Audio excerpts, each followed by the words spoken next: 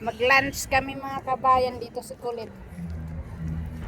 Nandun na sila Kulit. Dito na tayo sa tabing dagat. Ang sarap mamasyal. Presko ang hangin. Itong restaurant mga kabayan, may gift shop dyan. May mini bar. Ang ganda, busy si Kulit. Ito yung order namin. Appetizer. Ito na yung order natin. Kakain na tayo. Thank you. Ito yung sa akin. Kain tayo. Hilaw na hilaw yung kanin nila.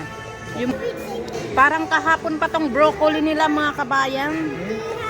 Ang pangit ng lasa. Ano bang klase tong restaurant na to? Nawalan ako ng gana mga kabayan sa akin kinakain. When people don't know how to cook rice, sira yung kanin.